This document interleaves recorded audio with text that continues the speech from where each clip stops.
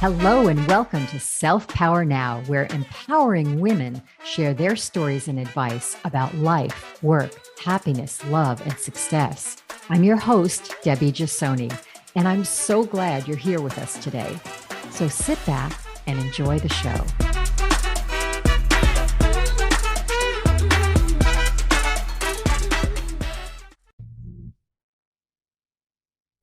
Today, we're talking to Dorthy Tyo. Dorthy came to California from New York in the early 70s, and within a few months had a near-death experience, which changed her life and set her on a journey in ways she never anticipated. She started by doing metaphysical workshops, teaching meditation and intuitive development. That led her to teaching hypnotherapy for 3 decades, and then ultimately buying the Palo Alto School of Hypnotherapy, where she is now the owner and director. By the way, that's where I got certified. Today, Dorthy continues to teach and is also an author and speaker and maintains a private practice as a hypnotherapist. Welcome, Dorthy. Well, hi, Debbie. How are you? Good. I see you're in your office at the school. Brings me back memories. And shall I start teaching? Well, maybe about midway through this interview. You know, I made that same move from New York to California. Where did you live in New York? Syracuse. Oh, upstate New York. I was more a city girl, Yes. but I made the move about a decade later in the mid 80s. Although I didn't have as profound an experience as you. I did not have a near-death experience, but I'm really anxious to hear about your near-death experience. Can you tell us a little bit about that? Absolutely.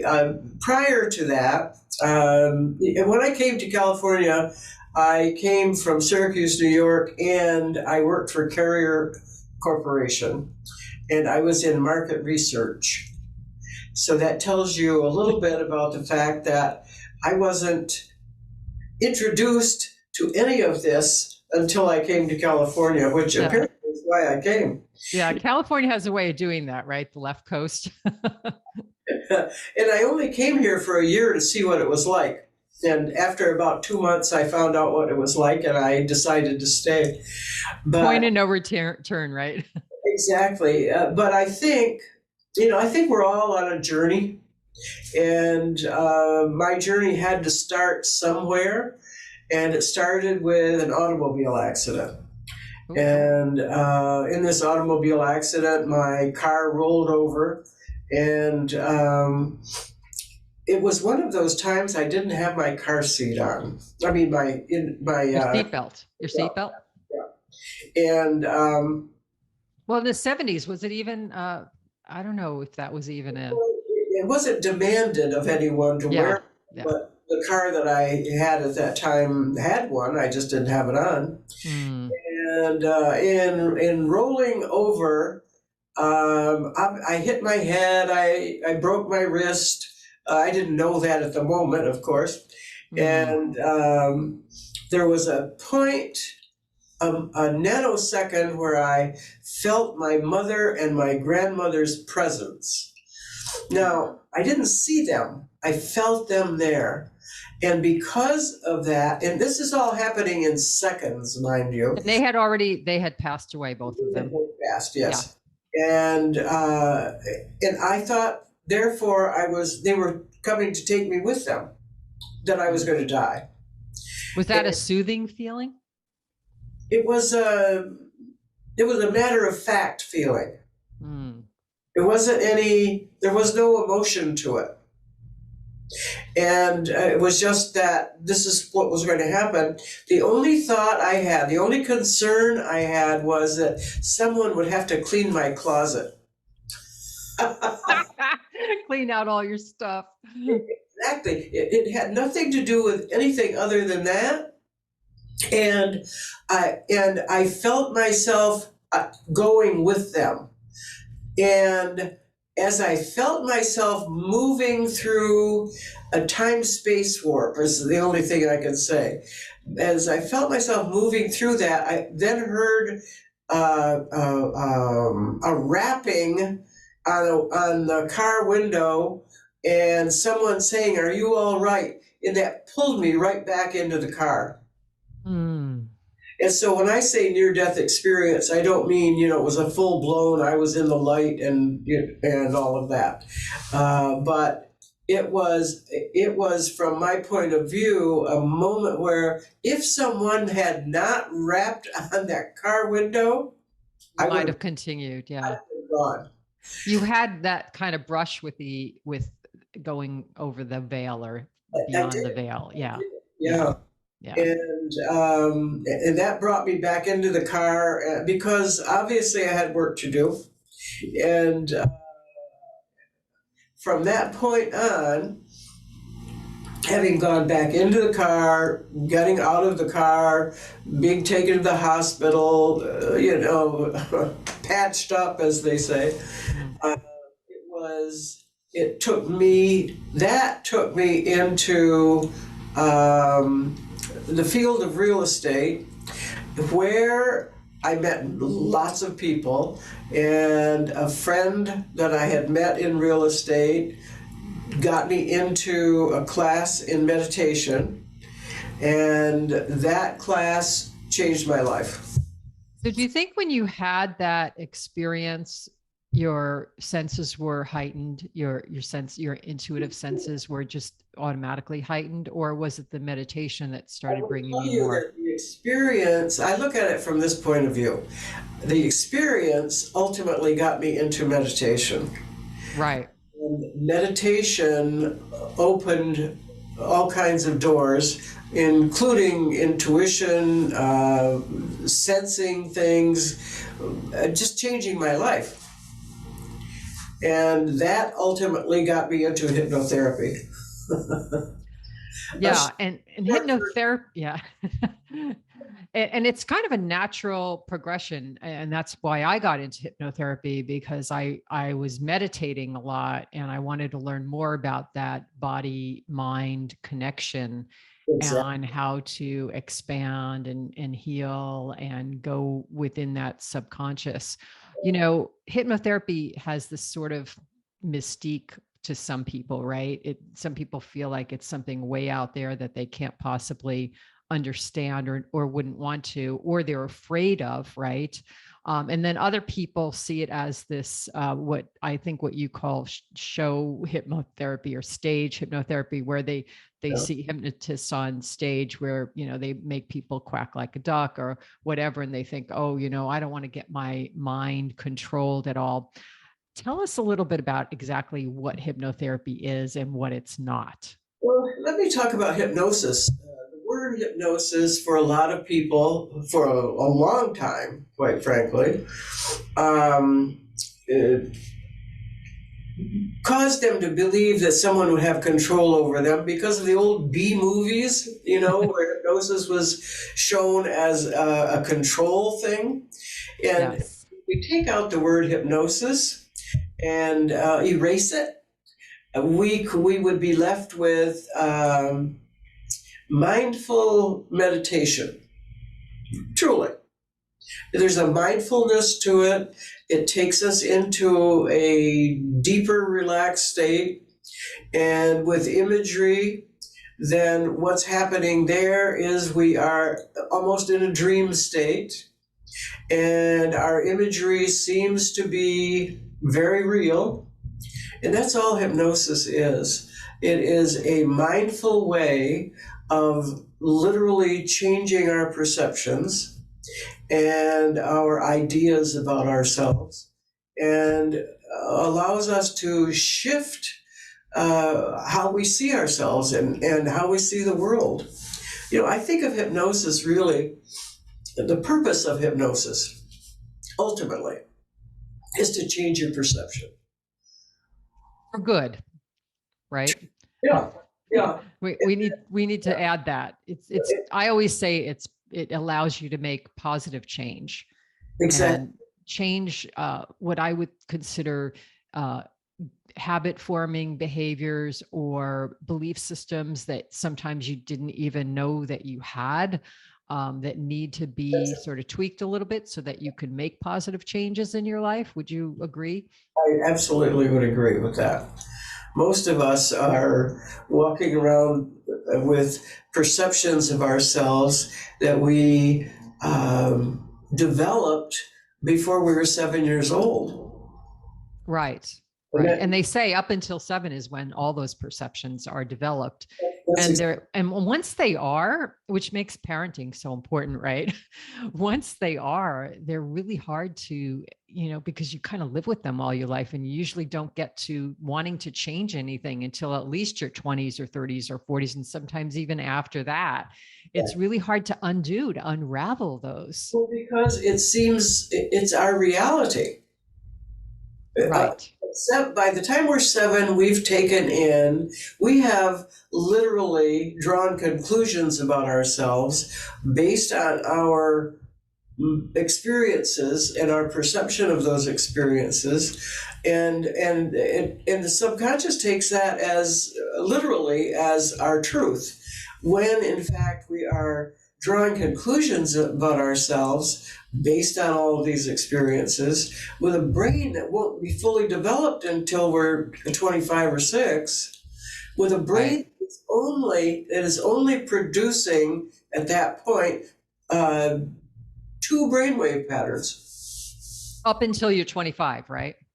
Well, but up until we're 7, there are only 2 or 3 brainwave patterns, and at 25 or 6, it's only then that our brain is fully developed.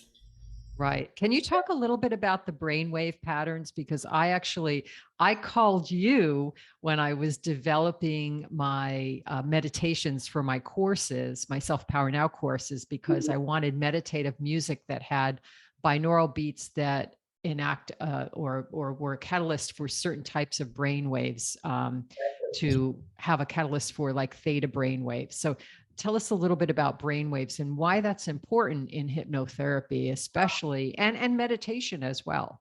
Well, here is the interesting thing. I really got a lot of this from Bruce Lipton's work, and Bruce Lipton is a cellular biologist who has become more I'll almost say a guru to consciousness. Yes.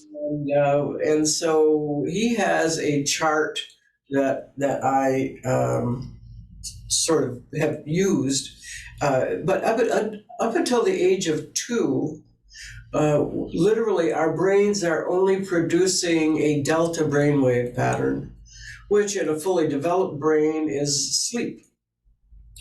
And that's why babies sleep a lot, I guess, right? At 2, a new pattern shows up, and that is the theta brainwave pattern. And the theta brainwave pattern in an adult and a fully developed brain is the dream state. But until we're 2, only delta is there. At 2, theta begins. And also, we then would understand the terrible 2s, because the brain is shifting. Yeah.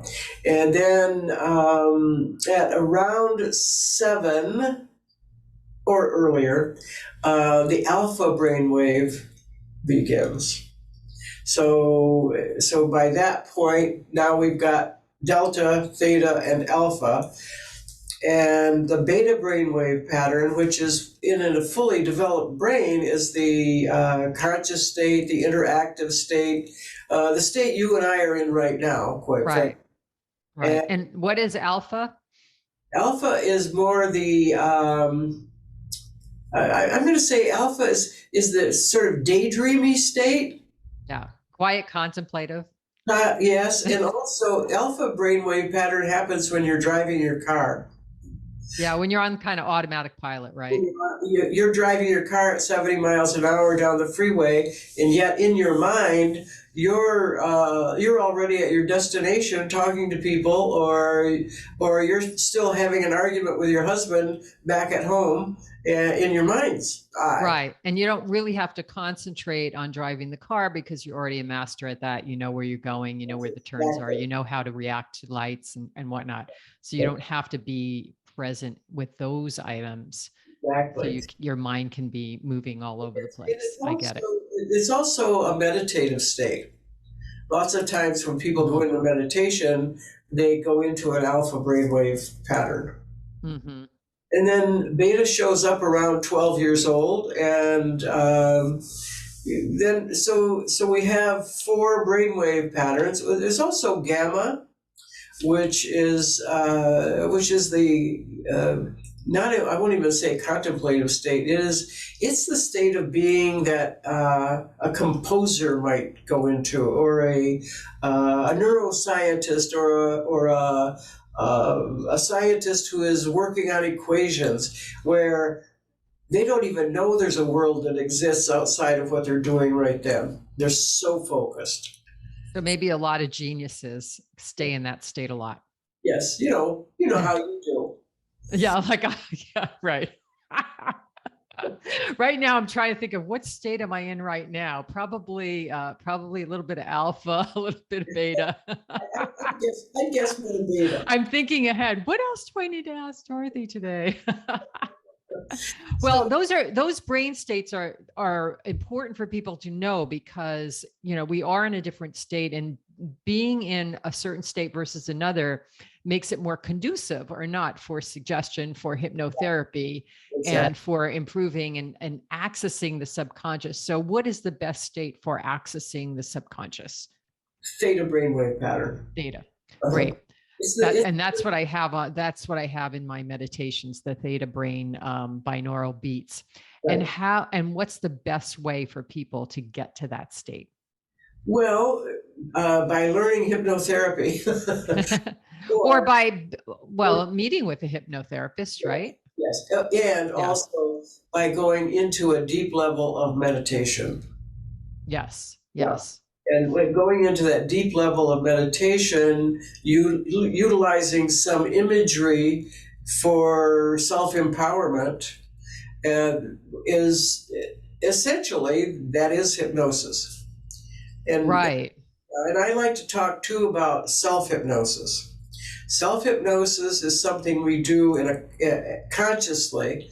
When we do it consciously and with purpose and intention, then we empower ourselves. But most of us, not most of us, all of us, walk around all day long self-hypnotizing.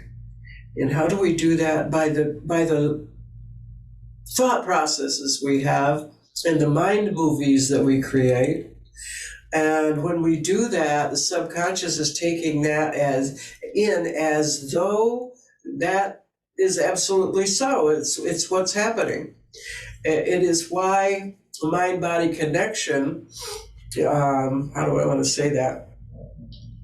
When people talk about the mind-body connection, I like to preface it with Aristotle's statement of like 3,000 years ago, when he said, "A vivid imagination compels the body to obey it, for it is a natural principle of movement." What does that mean? It means that when we're thinking a thought, produces a physiological / emotional response. How do we know that? Well, primarily we can know it by imagining for a moment that we have a lemon in our hand. And imagine for a moment that you're peeling the lemon the way you would peel an orange, taking off all the rind.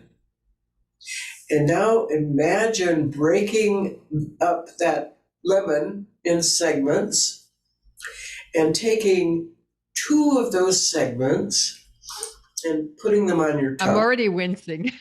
And as you put those segments on your tongue, obviously you could smell the fragrance, and now chew the segments. As you chew those lemon segments and your mouth fills with lemon juice, notice what's happening right here, because these are your salivary glands. And your salivary glands begin to function just with that image, just with that imagination. and yet we have no lemon. There is no lemon. We just made believe that we were doing that. And so we recognize that our thoughts produce a physiological response. That's true not only of salivary glands, that's true of other glands in our bodies as well. That's true of the cells in our bodies as well. So whatever we're thinking, whatever you are thinking, is producing a physiological response. Sometimes so subtle that you don't even know that anything is happening. Other times, not so subtle. Right. I love the lemon example, and I remember that from class. And I think it's the most, probably the most visceral example that shows the mind-body connection. I think so, yeah. And it's so simple. It's so simple. And all it is imagination. If you close your eyes and imagine it, it's even more visceral. And your point about the thoughts and controlling your body is so important for everyone. As you said, people are all day long, you're walking around with thousands and thousands of thoughts in your brain, right? Whether you like them or not, they're constantly going. And if your thought pattern is a negative pattern from your upbringing, from that before 7 field, like, oh my gosh, I'm not good enough, or I'm not this enough, or I'm not that, or I'm not loved, or I'm not worthy of being loved, then you're saying that over and over and over. And then your life actually becomes that reality, because that's what your subconscious is led to believe.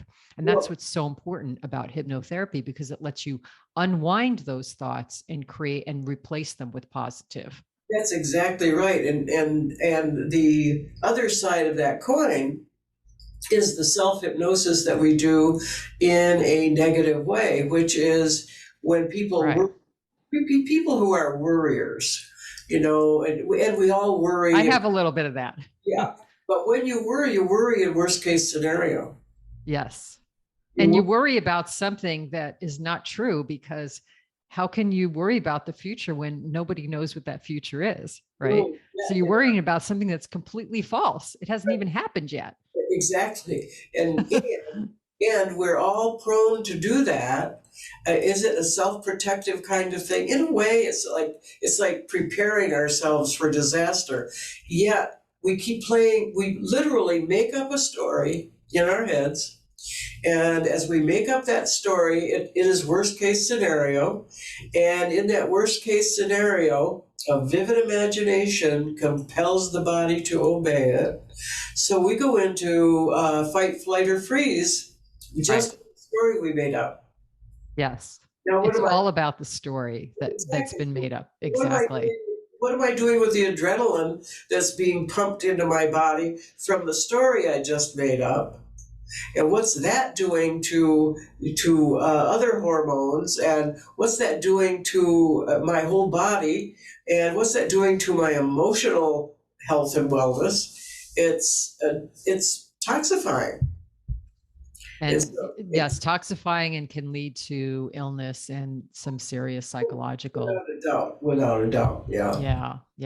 So what can hypnosis do for someone? Hypnosis can help us stop doing these things to ourselves that are so disempowering and so toxifying, and help us heal. And the healing is within.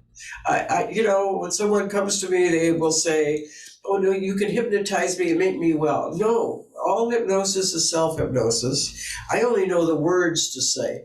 Yeah. What you're doing with those words inside your body, inside your mind, is absolutely your thing. Yeah, it's all an inside job, as I call it. And as you said earlier on, when we were talking about stage hypnosis, was that you can't, no one can make you do anything you don't want to do. That's right. How do those stage hypnotherapy people work? What do they do to make people act that way? Or is it all a trick?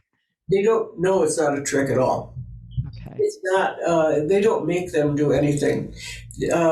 People are the people who are on stage are selected in one way or another by the hypnotist, and these are all people who go into a theta brainwave pattern easily and quickly. And in the theta brainwave pattern, that deep is in hypnosis we call somnambulism and amnesia. Well, like a dream, right? Yes, yes. Okay, and so they're accepting the suggestions that are being given.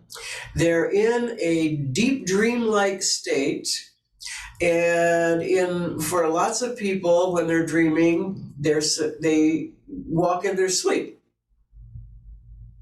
So they're behaving in certain ways, and that's really all stage hypnosis is. It is getting people into that deep state, which is like a dream state, and like walking in your sleep, and behaving in certain ways because you're accepting the suggestions.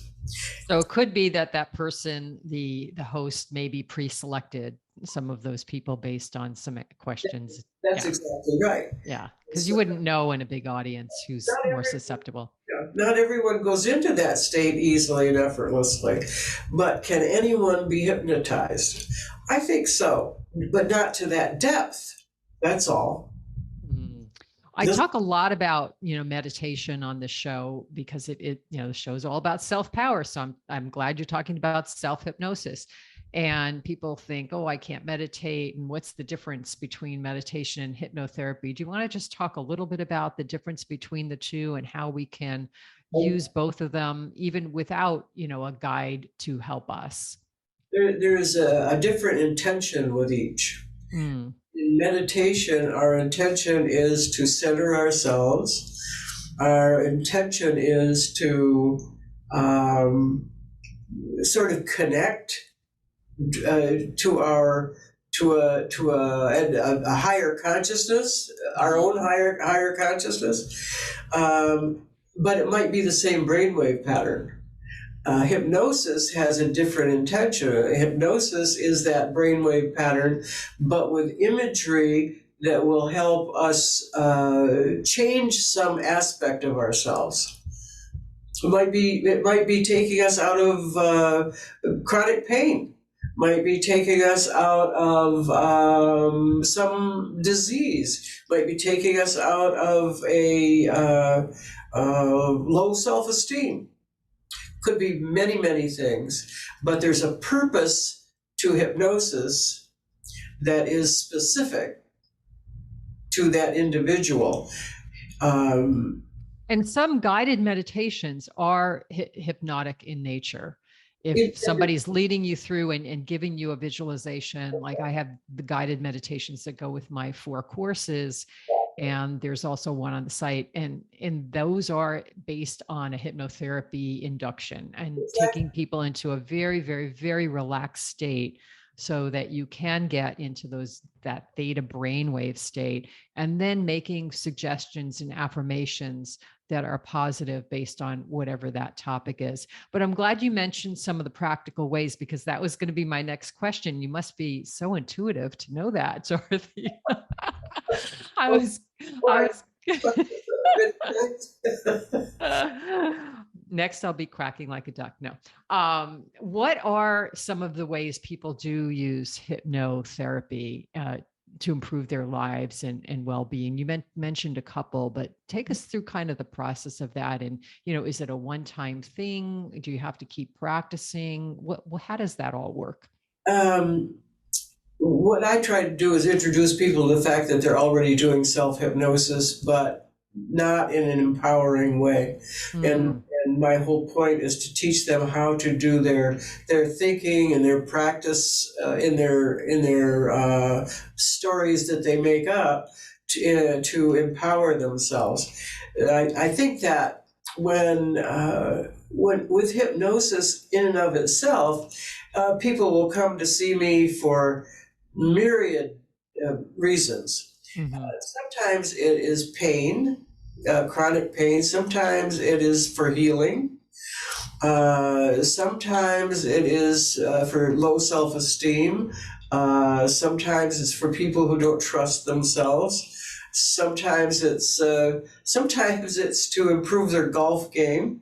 I actually did an induction for someone about golf too. Yeah. It doesn't have to be a serious problem, right? Sometimes it's just that whatever human issues there are can be helped with hypnosis as a therapeutic intervention. And that's really what hypnotherapy is, isn't it? Hypnosis is a therapeutic intervention. And all we're doing is helping people experience things, think about things differently. And when that goes into the subconscious, then miracles happen. Also, don't people use it for pre-surgery? They'll get a hypnotherapy induction and, kind of use that in the weeks leading up to surgery to picture, everything going smoothly, a good outcome and such. Because what we're doing then is working with stress-related issues. And surgery is certainly a stress-related issue. Most people, before they have surgery, are worried about it. Sure. They start thinking about it and, what's going to happen and what if and what if and what if. And those what if answers are rarely supportive or empowering. So stress, I think, is probably, and anxiety are probably one or two of the main reasons people seek out a hypnotherapist. Well, the byproduct of stress is so many things, right? So you could be having so many issues. Yeah. I mean, the thing about self-esteem and that's sort of changing your thinking process or your belief system, false belief system that you had as children. What about, you mentioned healing? How can you really heal your body through hypnotherapy or even, chronic pain? How does it help relieve chronic pain? When we change our thoughts and our perceptions about healing and or chronic pain, a new picture has to arise. And so let's say someone has been diagnosed with cancer, and they've been told that they have a tumor the size of a golf ball. Mm-hmm. The doctor has said, you have this tumor and it's the fast growing kind and you better get your life in order. You might only have, 5 weeks to live.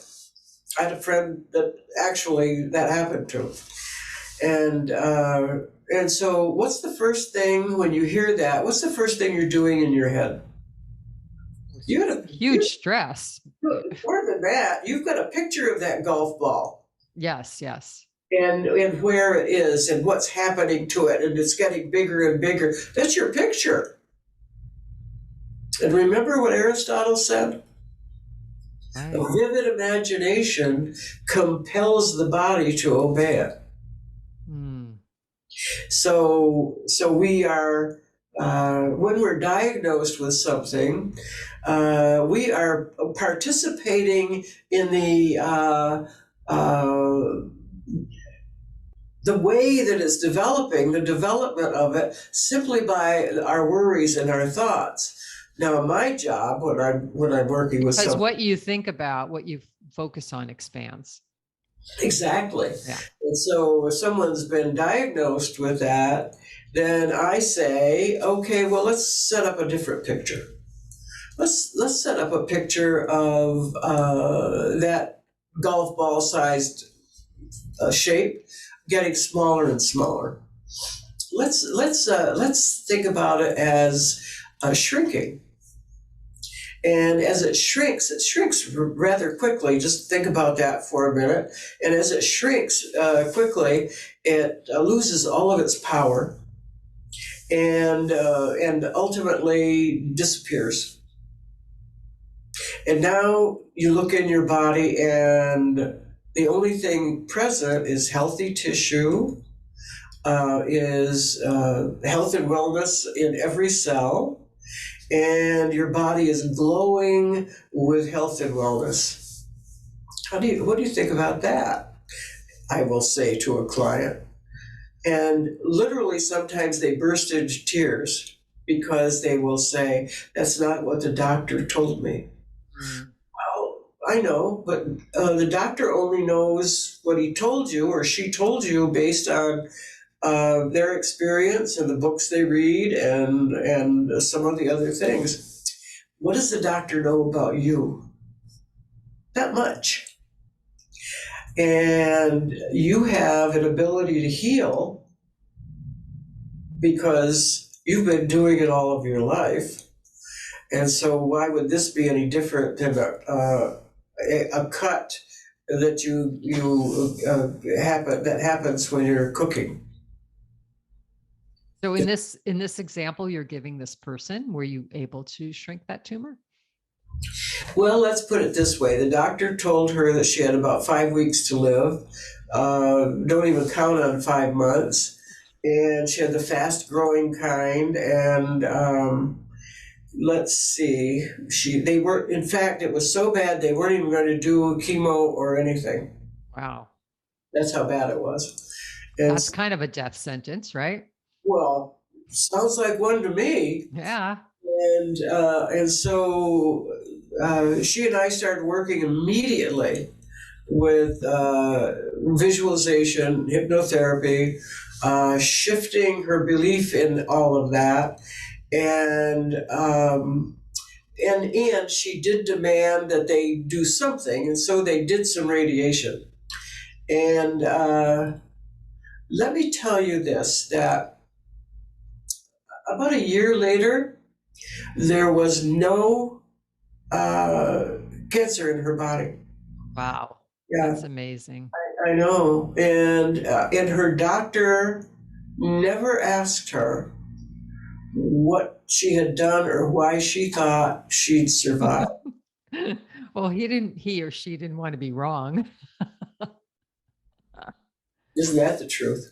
Anyway, my point is this, that when we change our minds, when we are thinking differently, our bodies literally are compelled to obey that or respond to that thought. In the same way, our bodies, our salivary glands are compelled to respond to the thought of a lemon and chewing a lemon. That lemon. Yeah. So when a person comes to you, a client, for whatever, I mean, some things are more serious than others. Does it take a number of visits?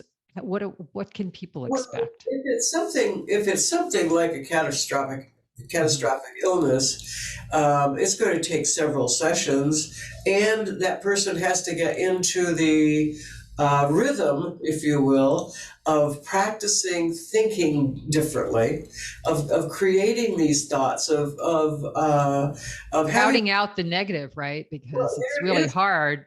It is, but now what you're doing is you're asking them to have a vivid imagination, but here's the imagining that I want you to do. Right. That's in best case scenario.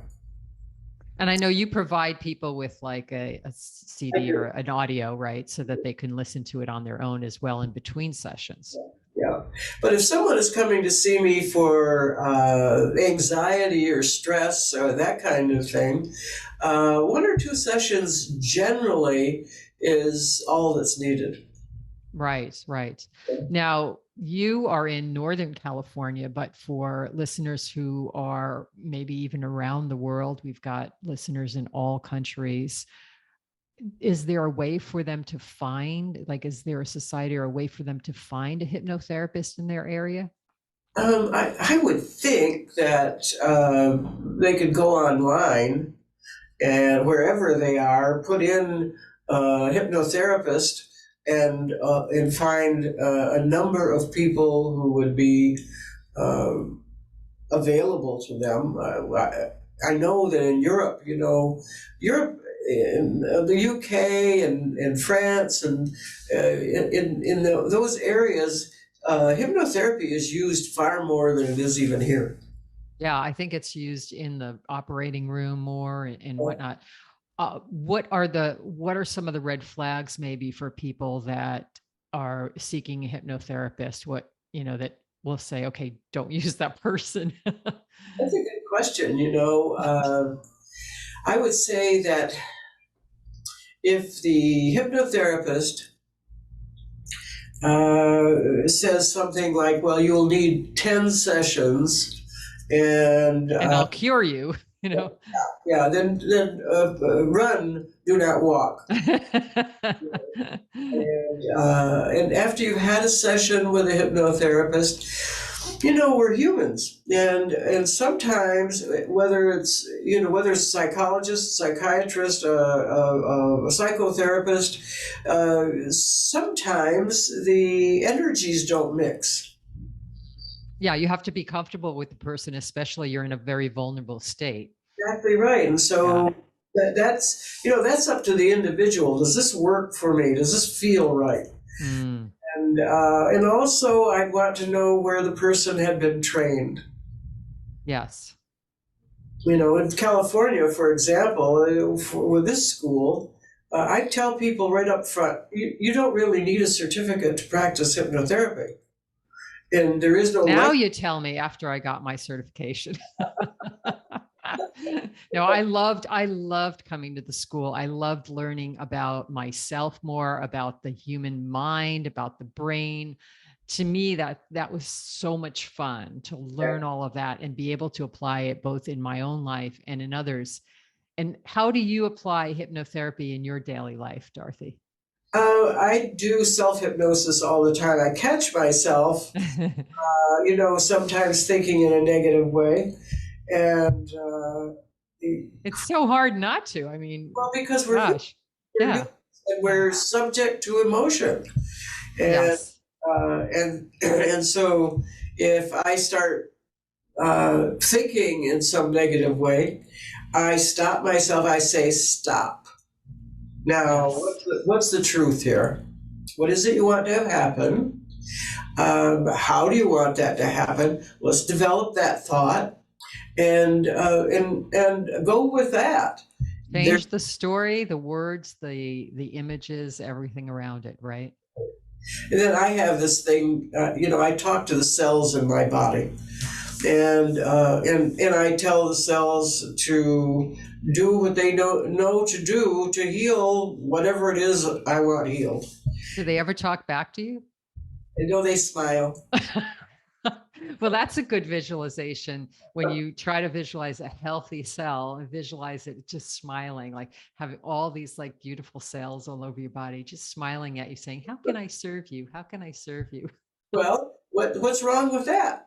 I love it. I love it. Isn't that more empowering than feeling like a victim to whatever is happening in life? Yes. And we are all about self-empowerment here. That's why it's called Self-Power Now. Dorthy, I loved your listening to you today. I loved having you as a guest.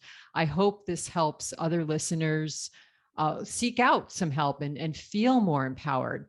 And listeners, you can find links to connect with Dorthy or the Palo Alto School of Hypnotherapy if you're in the Bay Area, as well as hear more shows or sign up for some of my free programs on selfpowernow.com/guide. For example, if you're looking to have more love and better relationships in your life, who is it?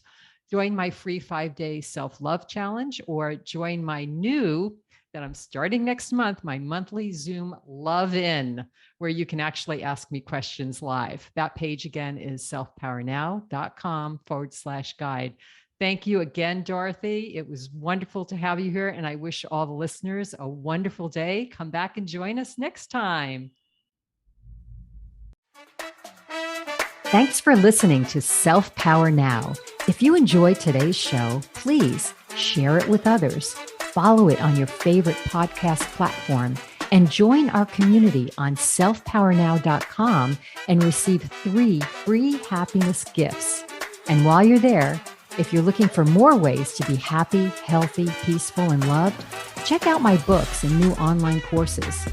Until next time, this is Debbie Jasoni wishing you self-power now.